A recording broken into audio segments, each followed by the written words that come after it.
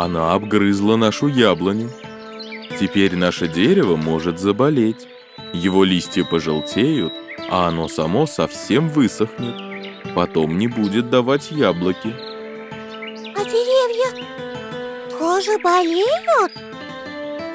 Болеют, доченька. Даже могут засохнуть и погибнуть. Папа, наша яблоня тоже может засохнуть? Может, и не высохнет.